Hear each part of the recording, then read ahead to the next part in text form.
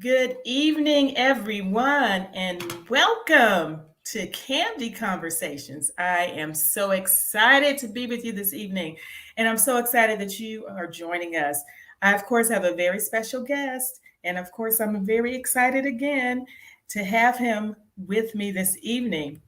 So before I get started, if you have any comments or questions, please be sure and put them and post them in the box below. But add your name to StreamYard. You see the link above. Go ahead and click on that if you're on Facebook and give them permission so I can see your name because we want to know who's here with us. So thank you for joining us. So let's go ahead and get started. This evening, boy, have I got a guest for you all. If you don't know him, you will when we are finished, and you will want to go and listen to his music, I promise. But he's a musician, he's an author, he's a pastor, he has his own reality show, he's a pilot. I mean, what doesn't he do? Well, I'm going to let him tell you. So please join me and help me welcome the amazingly talented Mr. Ben Tankard. Yay! Hey. Hey, Ben. Hey, T, how you doing, girl? I'm doing great. Thank you so much for joining me this evening. I'm really excited to talk to you because, I met you in Chicago at the authors event, and you were awesome. I mean, you are such a motivational speaker. I was ready to go conquer the world when you were done talking. So I had to have you. And that's just one of the things. So I get to hear about everything tonight. So welcome. And again, thank you for taking time out of your very busy schedule to join me this evening, because I don't know how you do all this, but you're about to tell me. Well, I appreciate you having me. You look like new money, girl. I'll tell Jewel that you said hello, and I'm praying for you and your family. And thank you so much for this opportunity to say hey to your folks on your platform. Yes, I appreciate that. We got the fans of Unsung people here tonight where we're broadcasting live. So, hey, all you Unsungeteers, thanks for joining us. And I'll be reading the comments and questions as well over here. So I see Desiree's here. Hey, Desiree. Unsungeteers. Now, that's a name for you. Unsungeteers. Yes. Those that love the television show Unsung, but also just love good music. Did you see the episode that we did with Shirley Murdoch that had me in it? Absolutely. It was pretty cool. Shirley is such a sweetheart. She was just a joy to work with. When she came in the studio, I wanted her to sing this song, Jesus' Love, from Lionel Richie. And so when I asked her to do it, I called her on the phone. When I asked her to do it, Tanya, she started crying. I'm like, what did I say? And then she came into the studio, and whenever we got ready to hit record, she stepped behind the microphone. She started crying. And here we go again. I'm like, what is this? What is up with this chick with Jesus' Love? So we had to do the song. It ended up being a hit. It went gold. We got a gold record out of it. I didn't know till later on because she told me at the Grammys or the Stella somewhere we was backstage. She said the reason she was such a crybaby about that song is that's the song that Roger Troutman had her to sing when he discovered her when she sung at 16 years old at a gospel talent show in Ohio when he signed her. Oh my gosh. Wow. I would have never known. I'm like, wow. So you never know what somebody is crying about. You got that right. And just the fact that you asked her to sing that song, wow. Yeah. That's interesting. That's a great story. That's my story. I love it. You didn't let me get to that question, but you just dived right on in. I love it, Ben. I love to hear stories. They're always intriguing to me, and I think those that are watching and listening, because it just brings a realness to our conversation. So thank you for starting off with that. That was awesome. I'm just looking. When you see me looking, I'm looking at the comments, and people saying yes, let's go. Hi everyone, and people are telling us hello. So that's what I'm looking at right now. In case if I'm not looking at you, that's where I'm looking at all these comments going on. So let's go ahead and get officially started. And I always like to start what I say at the beginning. So the beginning of your career. But I think we're going to have to go to basketball first, because I think that came before the music, didn't it? Well, it was music. then basketball, then music again. And Oh, then so it was music pro. So just back us up to the beginning and bring us to the present. Well, I was a drummer at 2 or 3 years old. I was getting my mom's pots and pans and making my own little homemade drum set on the kitchen floor at 2. So music was always inside me. And then when I grew up, I became a member of the marching band, and I was a tuba player. And I was a very good tuba player, All-American, in fact, the number 2 tuba player in the nation. Yes. When I was in high school. But I'm 6'6", and yes. 6'6" by the time I was in the 6th grade, girl. So in the 6th grade, you were 6'6"? I can't tell you how many times. I'm 18 inches taller than the rest of the class. I can't tell you how many times people looked up at me and said, "Hey, how many years you stayed back?" I wasn't dumb. I didn't stay back. I was just taller than everybody else. Oh, that's funny. And so, long story short, I graduated from high school. 60 scholarship offers for a full ride on the table. 30 for band as a tuba player, and 30 for basketball. And I took the basketball scholarship. I wanted to take the band scholarship, but who's going to call you in the studio to cut tuba tracks on as a living? Boom, boom, you got a point. Boom, boom, boom, boom. So I took the basketball scholarship, chasing the money. And so that's where the basketball came in. I went to college on a scholarship, dropped out after 1 year, went pro, made it to the NBA, but got injured in rookie camp. And so it's ended before it even started. I'm good enough to make it to the league, but I'm not good enough to make it out of rookie camp. Joined the team, but got cut. That hurts. That hurts, because you know how it is when you think you're fitting to get some money. Fitting. That word's fitting. Come on now. You were fitting to NBA. Oh, that hurt that hurt. How? Because I grew up on food stamps, welfare peanut butter, powdered eggs, powdered milk, hamburger helper with no hamburger in it. Come on, talk to me. Y'all ain't ready to Facebook. Y'all ain't ready to talk about chitlins, and y'all ain't ready to talk about Vienna sausages. And then you eat the sausage, and you so poor, you ain't got no Kool-Aid, so you eat the sausages, then you drink the juice. Come on, talk to me. So that's where I came from, girl. And so to make it all the way to the NBA, injured. Wow, that was depressing for me. That hurts my heart that even happened to you, really. Yeah, and people were asking me, were you suicidal? No, I was homicidal. I wanted to kill somebody else. I ain't never wanted to kill me. Now I'm crazy about some Ben Tank. There you go. I love it. I'm glad to hear that. And so I went to church because I knew they would have this Pentecostal church would have some chicken dinners, and I messed around and got saved. Well, I'm glad you did. And I got saved, and the minister prayed for my hands and told me to sit down to the piano. And I sat down to the piano, and this is the first thing I ever played. Now, I had played tuba and I had played basketball. I had never played piano. So I sat down to the piano. I'd never seen the piano before.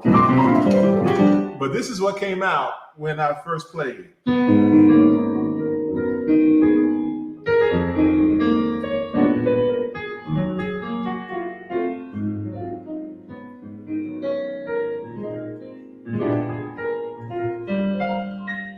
So it's a jazzy type, sound.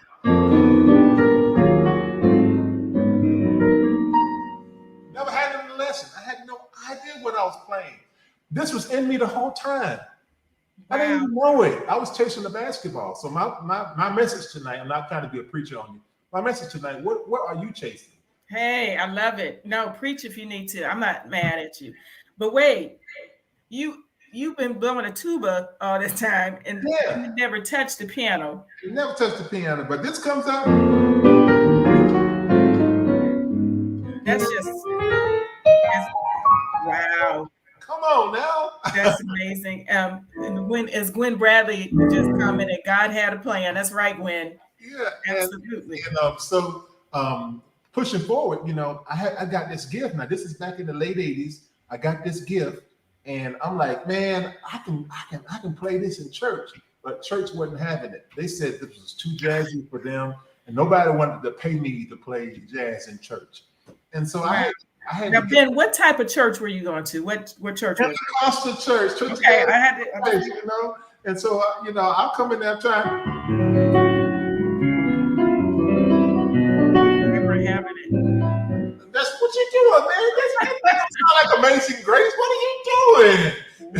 Ooh. And what year was this, Ben? How long ago? Late 80s. Okay. So I can't come in. One lady said, that sound like Mr. Rogers' Neighborhood. Get out of here with that foolishness. That ain't no gospel music. That ain't no James Cleveland. And so I had to get a job to keep food on the table because nobody cared about my jazz. The gospel folks said I was too jazzy, and the jazz folks in the club said I was too gospel. So nobody wanted to hire me to be a musician. So I had to take a job as a dog catcher. As a dog catcher? Yes. I don't think I've heard that one. A 6'6" dog catcher, thank you very much, with a jerry curl.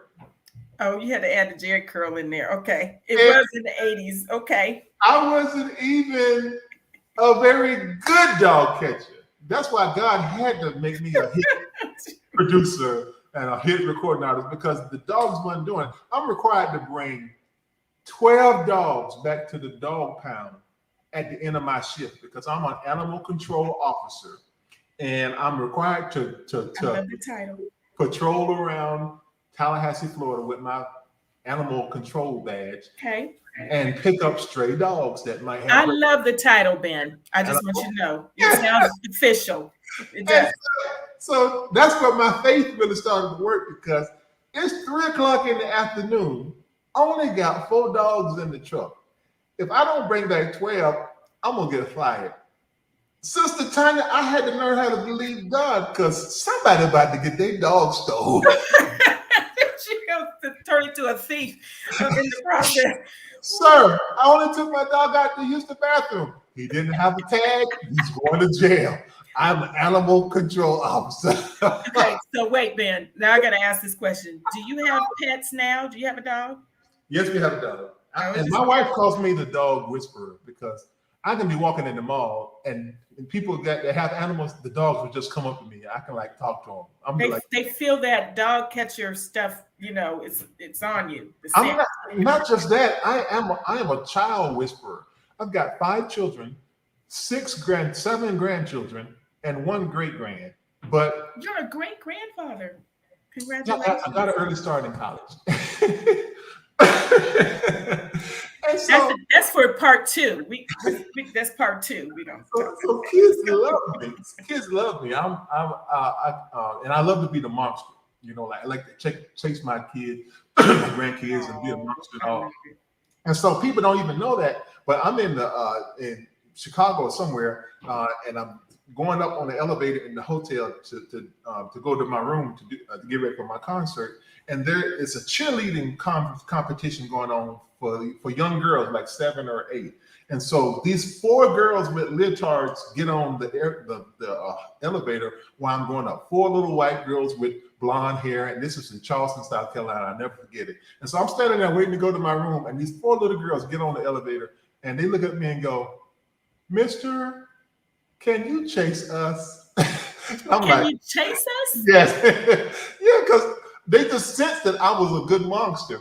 And I'm like, we're in South Carolina. I am 6'6", black. These little 4 blonde girls, I am not about to be chasing them.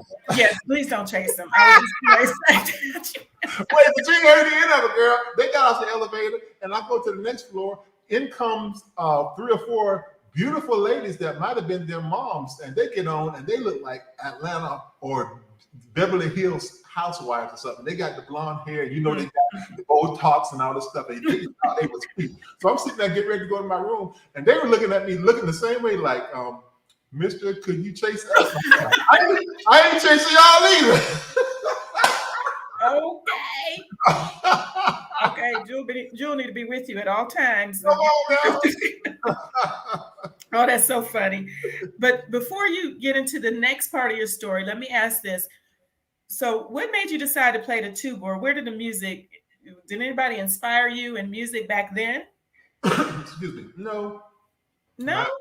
my parents tried to dabble in music, but they really wasn't too talented. The drums came natural, but when I got to high school, there were 16 drummers, and they said we need some brass players: trombone, tuba, and trumpet. And so some of y'all got to go. And so they did a drum off, and some other guys were better drummers than me. So they said you either got to get out of the band or you got to be a brass player. And so I tried out the trumpet. The little mouthpiece was too small for my lips. Tried out the trombone. The mid-size mouthpiece was too small. The tuba, big old mouthpiece, it worked perfect. They said you're a born tuba player with that mouth. Oh, dang. Okay. Okay. No, I'm sorry, Ben. I had it, girl. I had, I'm raised poor. I'm ugly. Got big lips. I lived in an abandoned movie theater as a kid. We had to walk. I didn't have a car. I had a tough childhood. I used to and then you carried that tuba too, right? Yeah, and then had to get up early and go to school. And before I went to school, and go to a chicken farm and shovel chicken manure on a chicken farm for $2 an hour. And so I ended up going to school smelling like chicken poop. Oh no! So the kids nicknamed me Tankard. So my name is Tankard, and I did stink. I don't know what to say. I'm sorry. You keep leaving me with stuff. I got nothing. What do you say to that? I'm sorry. I was so ugly. I know I'm kind of handsome now, but I was so ugly that my nickname was Pre. And you probably weren't ugly. You just felt that way as a child. Okay. Girl, I was so ugly when I was born. The doctor came by and told my dad to say, Mr. Tankard, we did all we could, but he still pulled through. You're also a jokester there. Okay. That's just wrong. Yeah. Okay. Let's go to the next part of the story. I have to tell you, I'm very partial to marching band. I love the marching band. Both of my sons at one time were in it. My son played the trombone and baritone in the marching band, and trombone and concert band. So I love the marching band. That tuba is a big thing. That's why when you said it, I was like, whew. So bless your heart. But then I had to learn how to twirl it because I was in Florida and everybody wants to try to imitate the marching 100. Of course. So I had to learn how to twirl that thing as well as play it. So anyway, that's what was my childhood. But when I got anointed to play the piano, I'm catching tuba. I'm catching dogs, not playing tuba, but I'm catching dogs. Yes. And my big break for music came when I went into a music store that sold pianos, and I didn't have the money to buy the piano, but I was just going in to try out the pianos that were on demo. And it doesn't cost anything to test drive. So I came in on my lunch break and started playing.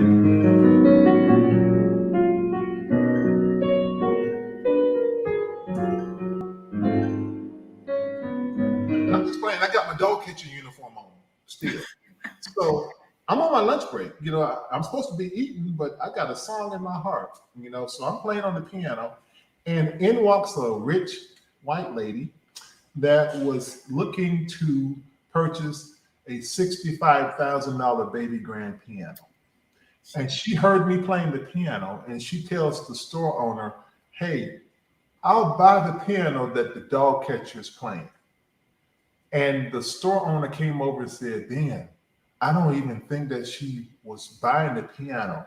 I think she was attracted to the dog catcher sound. Man, keep on playing. So I would come in every day, and every day I would play, and different keyboard, different customer, same response. People would say, hey, I like what I'm hearing. Let me buy that piano. Let me buy the or give me the keyboard that the dog catcher's on. Okay. Wow. So that's my story. Did they give you commission? They hired me. They said, listen, they asked me, how much do you get paid to catch dogs? This is back in late 80s. I said $780 a month as a dog catcher 2. Because dog catcher 3, you were required to catch 15 dogs a day. That's too much pressure. So I was a dog catcher 2. A lot of dogs. And I was getting $780 a month. And he says, Ben, I love when you play because every time you play, people buy the pianos. Mm-hmm. How much would we need to pay you for you to quit catching dogs and just come in here and play piano all day? Oh, I said $7.99.99. did you really, Ben? Is that what you said? I said $7.99.99. So he hired me on the spot for $800 a month to play piano. And I didn't even go back to the dog pound to quit. I called him on the phone and I said, listen, this Tank, I'm sending you your uniform back. I quit. You might want to come get your dog truck. It's outside and they got 4 puppies in it. I quit. And that was my first music job. And that was God working behind the scenes. And I'm now getting paid to practice, getting paid to rehearse the songs that you hear on my CDs today. Able to buy equipment half price with my employee discount. So I was able to develop a home studio just by working at a music store that sold all the equipment. Oh, wow. That's quite the story. I didn't know they hired people to do things like that. Mm-hmm. Yep. And I began to develop a home studio, and then I began to make more at home. I began to make that $700 or $800 a month that I was making at the music store. I began to make that every week at home, and then every day at home, just doing demos and recording. So I quit the music store and went full time with Ben Jamming Studio. And how long did that take from the music store to that? 4 years. Okay. 4 years. And then when I did that, my skills got better. I did my first recording all keyed up, and I got enough money to go to Memphis to the Church of God in Christ annual convention. And Nettie Moss Clark let me play on the big midnight musical, and everybody heard me. And that was the beginning of my music career as a recording artist, because I'm selling this $10 tape called All Keyed Up out the trunk of my car. It sold out. 500 copies sold within 2 days. I had $5,000. It was like $5 million to me. Oh, absolutely. And this was at that convention you went to? Yes. Mm-hmm. Okay. Yep. So somewhere in there, they started accepting your music, because initially they were like, "What is that?" And the record company from Nashville signed me to their label, and they also said, "We want you to come in and sign some artists that sing. We have a white company, but we want to sign some black artists and develop a gospel division. And so we want you to be the president of that." And that's how I discovered Yolanda Adams. Right. You don't let me ask no questions, Ben. You're always taking my questions and answer them before I get it out. Daggone it. That's okay. It's smooth. I didn't get to that yet. Okay, before we talk about Yolanda, because some people may not know about that, let me go. You got a couple of questions here. I want to make sure I don't miss any questions. Everyone's saying hello, but hey, Wendell Hill. He's asking, can you walk us through your creative process when you're making music? When you're making new music? Yeah, it happens almost just like it happened when God anointed me to play. I just sat down and the music came. When I get ready to work on a new record, generally what happens is over the course of a year, God will give me the titles of the songs, and I will write the songs. If I wake up in the middle of the night and he gives me a title called Melodic Heaven or Heavenly Vibes, I'll get up and write the name of the song down. And I don't even know what it sounds like yet until I take time to go into the studio and sit down. And then when I sit down, he'll give me the beat, and I'll make the drum beat myself, and then he'll give me the bass, and then I'll make the track. And then I'll put the piano on very last. So the track may end up sounding something like this.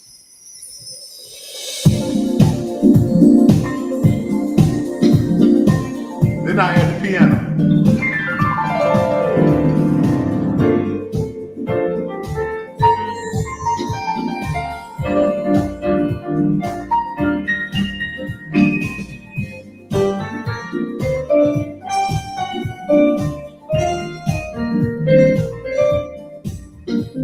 Nice. So, and that's how I do all my recordings. If I want to have some sax on it, I'll call Gerald Albright, Kirk Whalum. I love those men. Oh, well, their music. Bonnie James, whoever. Yeah. And I will send them the track, email them the track. They'll get in their lab, they'll put their part on it, and then they'll email it back to me, and then I'll fly it into my music, and we never had to take time to travel to get into the same studio to do it. You see the same thing for vocals, same thing for guitar. So that's pretty much how it's done in smooth jazz world. We don't have to travel to the studio to do it. We just do our part, send it to the next guy. He does his part and send it back. Right. Very good. Well, part of his question also was, do you start with the melody or riff, or do you hear the whole song? And I think you kind of answered that. Yeah, I used to start with I think it has to feel good first. So I used to start with the drum and the bass and support part, and then I'll put the melody on the very last. Thank you for that question, Wendell. Thank you for that answer. And you tease us a little bit as you play. Your music journey. So you played, you got signed. So let's go ahead. I guess we'll go ahead and dive right into Yolanda, because how did that happen? Tell us, because everybody, I mean, she's one of my favorite gospel artists. Her voice is phenomenal. But how did you tell us that whole story, how this all came together? Well, I moved to Nashville for this company called Tribute Records, and they made me the president.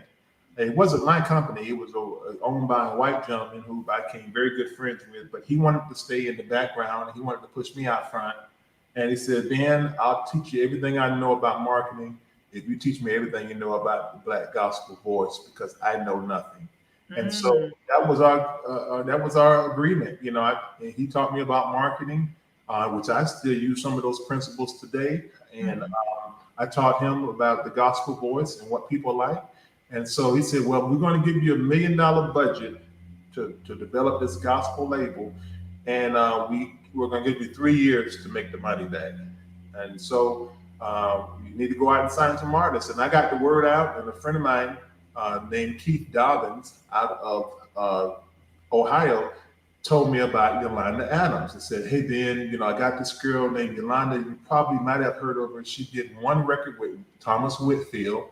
And she used to sing with a choir in Texas called Southeast Choir. I didn't know who these people were, but I pulled the records, the LPs at that time, and listened to them and said, man, this girl's almost like a gospel version of Whitney Houston or somebody. I mean, it's awesome. And so I got her on the phone and I said, Yolanda, this is Ben Tankard. You don't know me, but you probably will, because I got some great things that I'm planning, and I'd like you to be a part of it. And I said, would you like to come to Nashville and record with me? She said, well, I'm a third grade school teacher right now, and I just can't come in the studio. But if you write a note for my principal so I can get off of work for 2 weeks, I'll come record with you. So she came in. We did, the first record we did was called Through the Storm. And it had some hits on it. Just the Prayer Away. We did The Battle List of the Lords. Did like 39 songs together, 40 songs together. Oh. And she never went back to school teaching. I guess not. Did you write the note? Did you write the note for her school? I wrote the note for her to get off, but she never went back to work. I never heard of a teacher needing a note. That's a new one. Yeah, she needed time to get off, and that was beyond her time. So I had to write this whole little paragraph why the gospel music industry needed her voice. And if you let her off from work, it will not just give her time off, but it will contribute to gospel music, and it will encourage the world if you do this, sir. I had to write the note. Wow. Yeah. And it worked, apparently. She got off, but she never went back to work. I'm not responsible for that. She never went back. They didn't know they didn't know what they had, you know, what they were sheltering in that third grade class with Yolanda Adams. But we are so glad you found her. So that is a great story. And whew. And I take credit for the quote unquote discovering Yolanda, but the truth is Yolanda discovered me, because you know, a lot of people didn't hear about my music until they heard Yolanda singing on it, because not only did I play on her albums, she sung on my records. So people began to buy my music just because they wanted to hear more of Yolanda's voice. Oh, I love it. It was a give and take. She helped me just as much as I helped her. It was awesome. That's wonderful. And I assume you all are good friends. Yeah, over the years, you know, and we get into it, you know, just like brothers and sisters. That's what friends do. Yeah. Like Pam and Martin. We like Pam and Martin in the studio, and I'm like, say it this way. You just stay your place. And so I found the best way to record with Yolanda, and I like to do that with all singers. As a producer, it is my job to get the very, very best performance. But the best performance just does not come in one take. And you can kill a recording by making people sit there and punch in and try to punch in a sentence and punch in a note. What I like to do is I like to get the track finished, let them rehearse with the track at home, and when they come into the studio, start it from the beginning and let them sing from the beginning to the end 10 times without stopping and go home. Then I'll go back and I'll pick the very best first verse, the very best second verse, because all 10 takes, there's going to be a phenomenal version of each section of that song within those 10 takes. And when I take it out and put it on a jigsaw puzzle and digitally put it in the right place, sure all the levels are the same, it ends up being the most perfect vocal, and it's totally inspired because it wasn't a whole lot of punching and a lot of coaching. It was totally inspired. Wow, thank you for that. That's awesome. I love how you explain how you do that. I'm not sure what everyone else does. I think everyone does it differently or what works for them. And I don't think I've heard anyone say go in and sing it 10 times just off the bat. Just sing it 10 times. And go home. And go home, right. I love it. I love it. Okay. Somebody might steal that. I'm just saying since you put it out there. There's nothing new under the sun. I got it from Quincy Jones. There you go. Hey, and if you're going to steal something, Quincy Jones would be a good one to steal something from, I would think. There you go. You have done a lot of collaborations with people. We mentioned Shirley Murdoch earlier. You started off talking about her. Is there anyone that you haven't done a collaboration with that you would like to? You know, it would be cool to be in the studio with Quincy Jones. It would be cool to do something with the best-selling musician since King David, and that would be Kenny G. Kenny G has sold about 80 million albums. People don't even know that, but Kenny G, the sax player, has sold almost as many albums as somebody like Beyonce or Jay-Z or the people that we really put way up there. 80-something million albums, this guy. So I would love to do something with Kenny. And I love Kenny G. And unless you're, you're jazz, if you're into jazz, you may miss that whole is a whole nother life, that people don't know about. As all music genres are, I guess, depending on what you're into. If you're not into jazz, you're not going to know. If you're not into rock, you're not going to know who the big people are there. If you're not into rap, so I love jazz, but I didn't know Kenny had sold that many. I knew he was big, but I didn't know he was that big, what you just explained. Is there anyone else? From a singer standpoint, it would be great to produce a song on Toni Braxton. Did you say Toni Braxton? Yeah, Toni Braxton. And then her sister is good too. What's her sister? That's my cousin. I'm just kidding. People just you look alike, and people just tell me that all the time. And I was teased about that. But Tamar, don't sleep on Tamar. I got a chance to hear Tamar I was nominated for the Soul Train Awards, and I was by 2013, I think it was, and I was there in Hollywood for that. And Tamar came on stage because she was singing for that event. But between takes, she just started singing "God Has Smiled on Me." Oh my God, people don't understand. Tamar got like a Kim Burrell, Yolanda Adams thing going on that y'all don't even know about. No sleep on. She is a truly talented young lady. I know she's a rebel. She's a firecracker. I understand all that, but a lot of the artist types there's a little bit of specialness in all of us. We all are after school specials when you let us be who we are. That's what creative is, We can be a nut. We all can be a nut from time to time. But she is talented. So am I hearing you? So Toni and or Tamar, y'all heard it here first. We'll see what happens. You never know. What about all three of them in the studio with me and Kenny G? Come on, talk to me now. Ooh, that sounds awesome and unique. It sounds very unique too. I would love to hear that. Okay. And then bring Shirley Caesar in there. That's my favorite old school artist. Shirley, she's the whole my mule now. Come on. Oh, sure. Okay, Shirley. That was one of my questions. Who Beans, tomatoes. Come on. Beans, tomatoes. Come on, Shirley. Come on. So, but as a musician, you didn't have any as tubas, but did anybody inspire you once you got into it and started playing more of the jazz?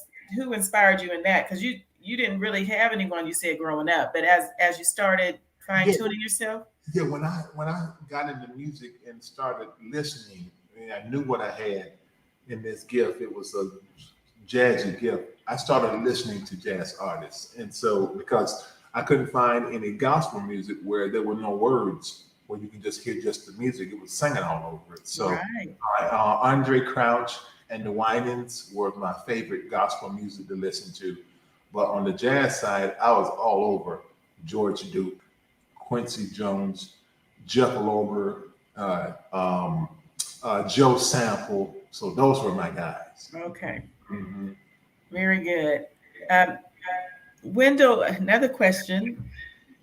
I'm going to save that one. I'm going to save that one for a little bit later when we talk about something else. So, because that's a good one. So let me ask this question. I know you've probably been asked this before, but since we're doing music right now, because I'm going to transition over to some of your other things in just a moment. But gospel jazz, you've been called the Godfather of gospel jazz, kind of blending the two, creating your own. But how do you distinguish between if it's gospel or is it jazz? How do I know if I'm listening to one of your songs, is it the jazz song or is it the gospel song or is it both? And how do you distinguish between the two when you're playing? I like to say that jazz is the vehicle, but gospel is the passenger. Ooh, I'm gonna write that down. Jazz is the vehicle, but gospel is the passenger. And so, because a gospel C, it's the same note as a jazz C. So it's the person that's playing it that determines the use of it. Now, that shirt that you have on, it's a beautiful blouse. It's a beautiful shirt. But somewhere you're an awesome believer. You're a Christian. You're a woman of God, mother, wife, all that good stuff. So because you have that shirt on, it is an anointed blue blouse. Okay, it's a Christian shirt. But somewhere in the world, somebody has a shirt on just like that, and they're committing a crime or a sin in it. And so that's what makes that particular shirt sinful. But because you have it on, it's a Christian outfit. So because you can't go into a music store and say, "Can you give me one of those gospel keyboards?" No, it's the person that uses the keyboard to determine what it is, And I like to say that there's no such thing as secular music. There's secular lyrics, but the music was created in heaven. How did I know that? Remember when Job had a bad week and he lost his wife, his children, and lost everything. Got sick, and his wife said, "Why don't you just curse God and die?" And so he started cursing everything. Cursed be the day that I was born. Cursed be the day that the sun came up. Cursed be the day that my daddy got my mama's phone number. He was cussing out everything. And then God interrupted him in a whirlwind, it says, and God said, "Hold up, Job, where were you when I, God Almighty, framed the universe as the morning star sang?" So that let me know right then that God created the universe to a soundtrack. So music wasn't invented in the studios. Music wasn't invented in the radio stations. Music was invented in heaven. We just re-triggered it. We heard it in our spirit and re-triggered it, but we didn't create it. Don't fool yourself. You didn't make these notes. You didn't make the combination of these notes. It was already in heaven. God just lent it to you and you use it for your use, but the music came from heaven. No, so whenever God gets ready to take something back that's his, he sends a man. He got ready to take the Israelites back. He sent Moses. When he got ready to take the world back, he sent his son, Jesus. When he got ready to repossess the funk and the jazz, he sent Tankard. I'm just a repo man of what already belongs to God. That is so powerful. You better preach. I just represent heaven, and I say, give me those jams back that belong to God from the get-go. I absolutely love it. That was powerful. I do a lot of work with. I'm gonna stop talking so y'all can hear this one. Let's give it a couple seconds.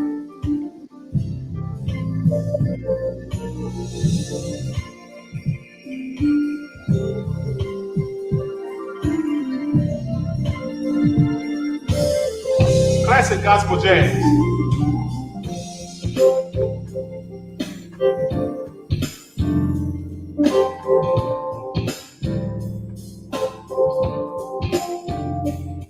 Don't tell me that didn't come from heaven.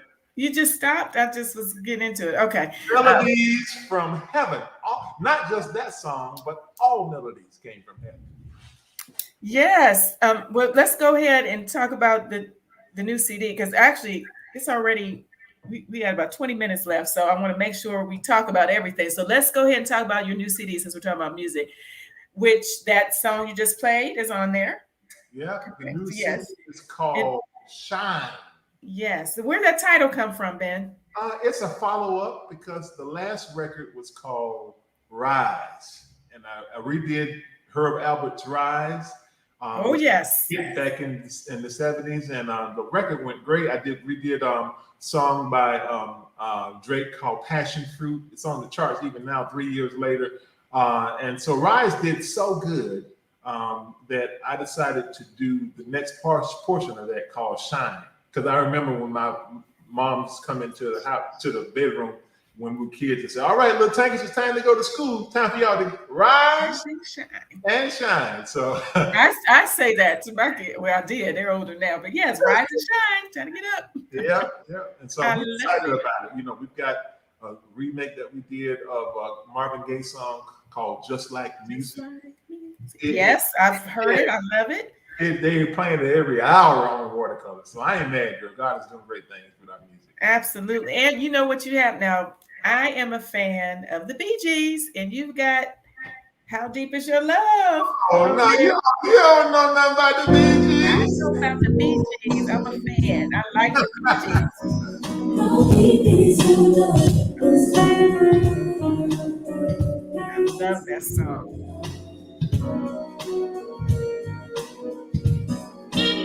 That's Gerald Albright. What's that? All right. He's one of my favorites, too.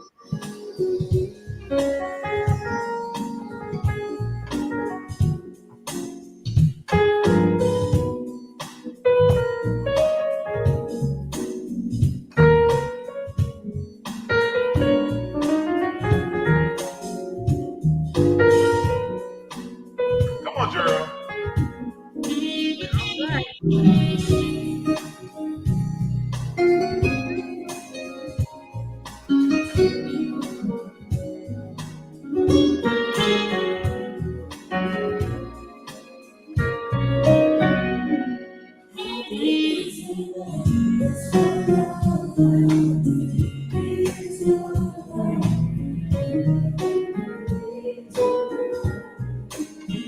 Oh, that is beautiful. You just teasing me. And when I leave here, I'm gonna just have to go just put on Ben Tankard station, just listen to everything. But you know, the preacher kids did it because you know I wouldn't think about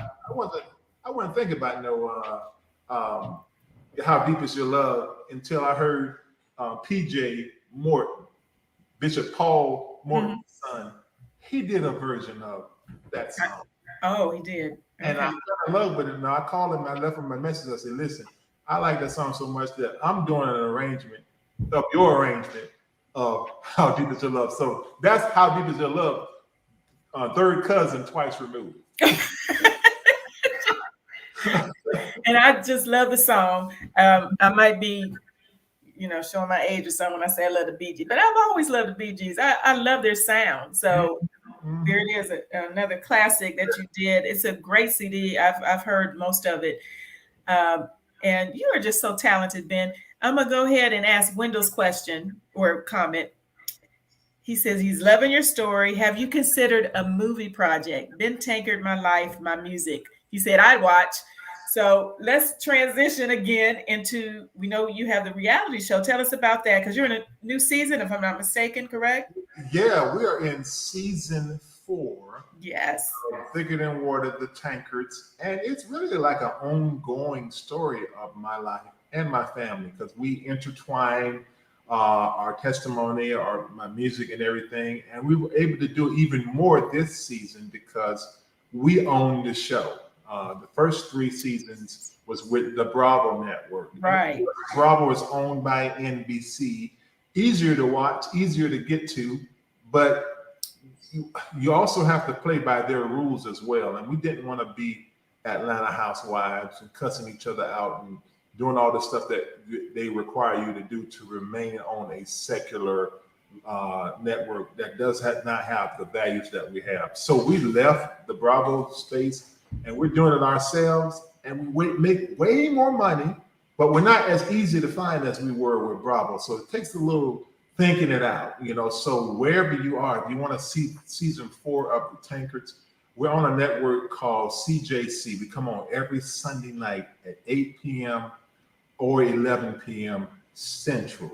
And if you can't remember what I'm saying, just go to thetankards.com, our Facebook page, and it'll tell you how you can download the app or go on your computer or your smart TV to see us. And then we'll be reposting all the season first of the year on different networks like Amazon Prime, Fire, Roku, Tubi. Okay. So you'll be able to look at it all at one time first of the year. But while we're doing one episode per week, where we have to do it just one episode per week with the CJC network. So we're back, and that's my life story, because we get to tell stuff that you don't normally see people tell. And it's not as much drama as it was with Bravo, but it's more entertaining, I think. And we own it, like Tyler Perry. I love it. And you said it's CJC, correct? CJC. Okay. TVCJC.com is where you can go to. Okay, or just go to thetankards.com. We can get that part and it'll tell us, because I definitely want to see it. I want to support you all, and everybody, please support Ben. Let's watch the show. Let's get his music. Let's get what we're about to talk about next, about the book in just a moment. So what made you do a reality show, Ben?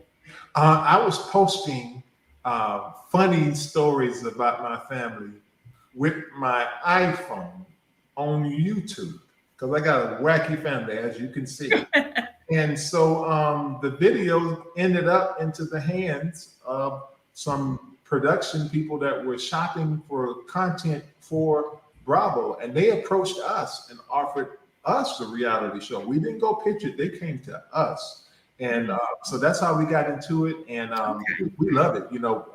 When you ask my wife, why would you expose your family to people seeing in your home and your belongings and your problems and your challenges, and why would you do that to your family? And my wife has this supernatural response, and it's just so elegant and so spiritual. And she'll say, well, people don't do what you say, people do what you do. And so we thought it'd be an opportunity to live our lives out loud so we can be a blessing to God's people, so they can see how we navigate through challenges with the word of God and make it to their destiny in Jesus' name. That's her answer.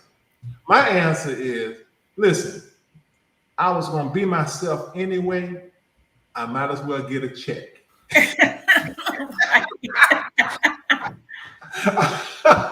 There you go. I love it. Yes. They might as well pay you. Why not? Yeah, somebody approaches you and say, hey, Chief, we're going to give you hundreds of thousands of dollars. All you got to do is be Tanya Hawley. Ain't you going to be Tanya Hawley? Heck yeah. I'm going to be her good, too. Yes. I love that authentic answer. Very good. Okay, let's get the book in here, and then we might have time to play the little game that I mentioned to you earlier. So we got to talk about this book. This is the reason and how I met you. So because I went to the author's event with a client of mine. And tell us about this book, because I wanted to get it, and you had sold out that night. I had to come home and get it. So Well, my first book is called the Faith It Till You Make It. I did that about a dozen years ago. And then my newest book is called The Full Tank Life. Yes. It's self-explanatory. Everybody has experience driving down the street and the low fuel light came on. And so the low fuel light came on, that changed your ride. You start either speeding up to hurry to get there or slow down to stretch the gas, or I like to pull over and get a full tank. So this book talks about things that you can do to make sure you have a full tank and enough fuel, energy, and anointing and resources to do everything God called you to do. That's what it's about. Oh, I love it. Lynn Thornhill, a good friend of mine, is here. She says, I have your book and it is very uplifting and inspiring. Will you be writing any more books? Yes, I'm writing a book right now, and it's a book of quotes, and it's called The Inspirations. Oh, you just gave me a good quote. Is that going to be in there? Yes, ma'am. Jazz is, yes. Okay, jazz is the vehicle. Okay, I'm ready for it. I love some good quotes. One of my quotes is, just be yourself, because everybody else is already taken. Yes, I like that too. You got some good.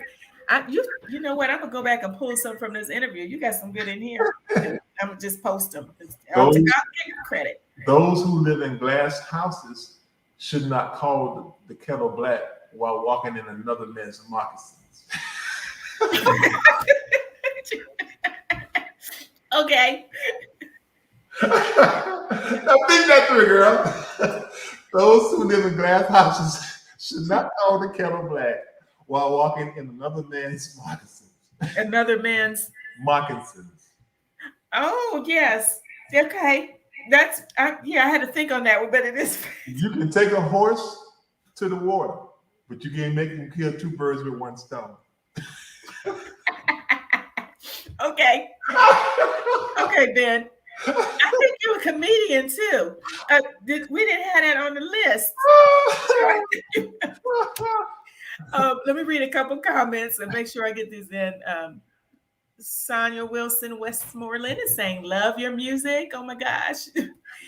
Gwen Bradley. Hey, Gwen. Gwen is saying, do I recall Ben and his wife singing together on one of his CDs? Does your wife sing with you in it at all? She doesn't sing, but she's on the Song of Solomon, Being Pretty, on the cover with me. But she doesn't, she doesn't sing. Mm-hmm. Okay, so maybe she's thinking maybe there's someone else. It could have been anybody, I guess. I got special guests on every record. Yeah, so maybe she just thought one of them was. Yeah. And she was saying she loves the album. Okay, very good. So let me go ahead and let me ask you this question before we got a few minutes left. What advice would you give to someone trying to get into the music industry or artists that are out there, aspiring artists or new artists? What advice would you give them? You only need, most people get into music to get rich. And so the way you make $1 million in music is to begin with 2 million. Okay. What I mean by that is that if you are worth your salt as a musician or a singer, what I mean by that is if you can sing in more than one key, and if you can play in more than one key, there's 12 keys on this board. If you can sing in more than one key, if you can play in more than one key, then you certainly can operate in more than one business. And so if you plan on being in the music business, do yourself a favor. Don't force the music business to feed you initially. Sometimes your passion don't feed you. Sometimes your passion has to be fed. And so many times artists become starving artists because they look for their bread only from the music. You might have to be a dog catcher. You might have to work at the music store. You might have to be a pharmaceutical salesperson legally, not a drug dealer. You might have to work at Amazon. You might have to start a business, lemonade stand. You might have to do network marketing. You might have to do some Amway and some Mary Kay. You might have to do several things. I know of a gentleman that has 53 businesses. And one of those businesses is a hotel chain that has 1,700 locations. And the other business is an airport that has 3,000 flights a week. That's just two businesses. He's got 53. Once you learn that you are creative, you can do more than one thing. That's why when you look at my bio, you see reality TV dad, that page, you see pastor. We do that as an act of love. You see airplane pilot and broker, I buy and sell airplane. You see real estate developer. I got property in several different states. You see recording artist, writer, producer. I mean, so it's not, you don't want to be a one-trick pony. So if you develop other things, like this is a long way to answer the question. If you really want to get started in music, make sure that you do your part in terms of raising the money that it would take to put into it to get it off the ground. Because so many times we expect people to just like us because we're good, and people not just dumping money on you because you're talented. You might have to dump money on your own self because somebody cares. And so it doesn't mean that God didn't call you to do it because somebody didn't sign you to a record deal. It may mean that you're supposed to have your own record company. And you put you out instead of waiting on somebody else to put you out. So that's my story, and I'm sticking with it. Oh, that's good. That's some good nuggets right there. Thank you, Ben. That was awesome. Somebody's going to be blessed by that one. Mm-hmm. And you have so many quotes in this interview, man. If you need some, just come back and watch the interview. And don't despise small beginnings. You remember when we were kids, Tanya, not to show our age, but they used to have a little record called 45.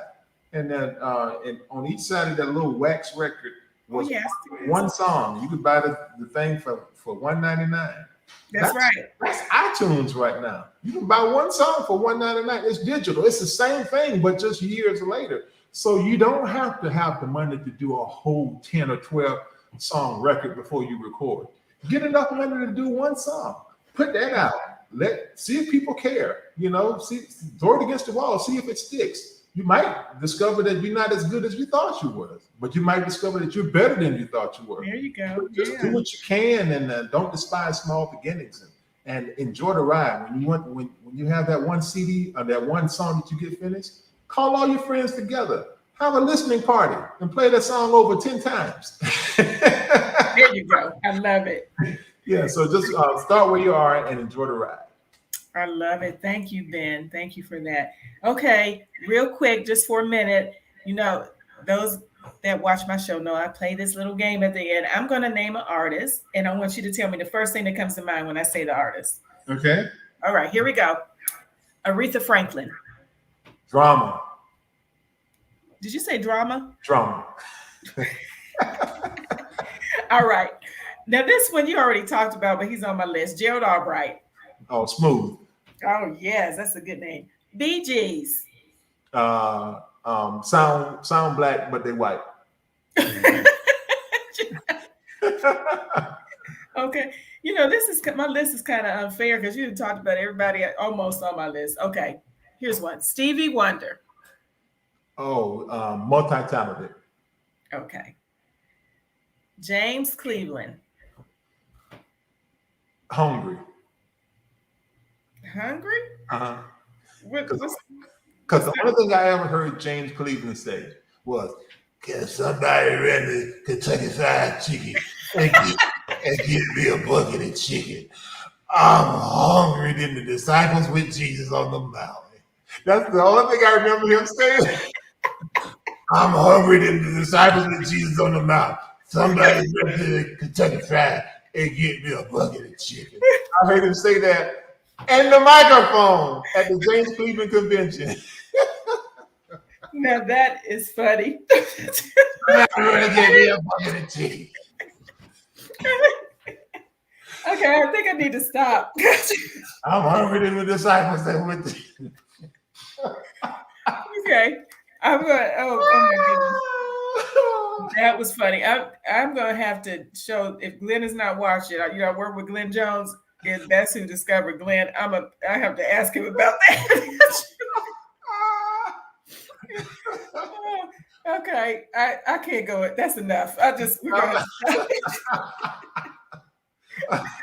Thank you, Ben. You are a mess. I enjoyed you so much. Now, before I go, please tell everybody before we go where they can find you, how they can support you, where they can find your book, your CD, watch your show. Please tell everyone because we want to support you.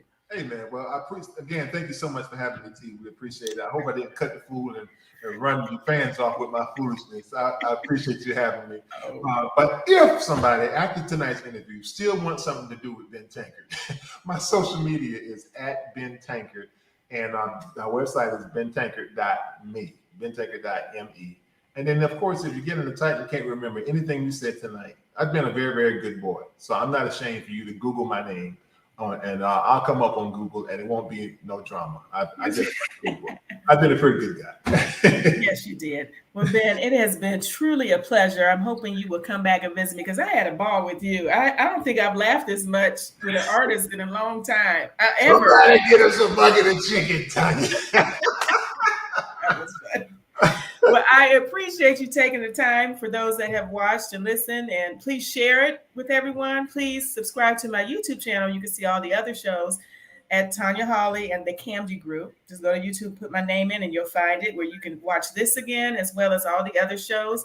Join me next week where I have a new artist spotlight with Jay Henry and some more great artists coming up in the future. So Ben, it has been as someone used to say, a plum-pleasing pleasure to be with you this evening. Please do come back. I wish you the best and everything. And everybody, please support Ben. You heard where you can find him, where you can purchase his new CD, his book, watch his show. Ben, it's been a pleasure. Thank you so much. God bless you. Love you. See you next time. Take care. All right. Have a great night, everybody. Bye-bye.